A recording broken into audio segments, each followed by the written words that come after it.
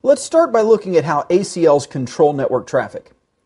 The statement in an ACL defines the filtering criteria on the basis of which a router discards some of the incoming packets. We can use ACLs to allow access to or block access from a network. We can also use ACLs for filtering routing updates. In addition, we can use ACLs to match packets for VPN tunneling, prioritizing, and implementing quality of service features. When we use ACLs for packet filtering, we need to keep 3 points in mind. The first is to find out which packets to filter. The second is to determine where to place the ACL on the network. And the third, where should we apply the access logic on the interface?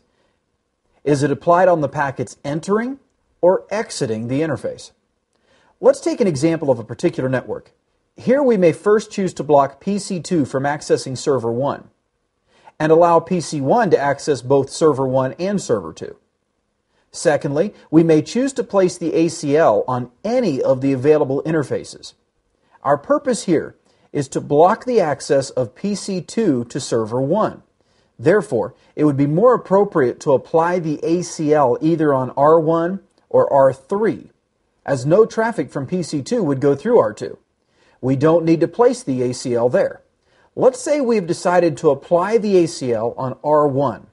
Finally, we need to decide whether the ACL should filter packets entering the interface or exiting the interface.